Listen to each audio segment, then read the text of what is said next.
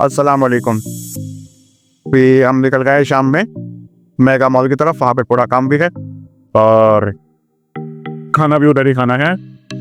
तो फिर टैक्सी का इंतजार करते हैं, टैक्सी आती है, टैक्सी में बैठ कर निकलते हैं मेगा मॉल।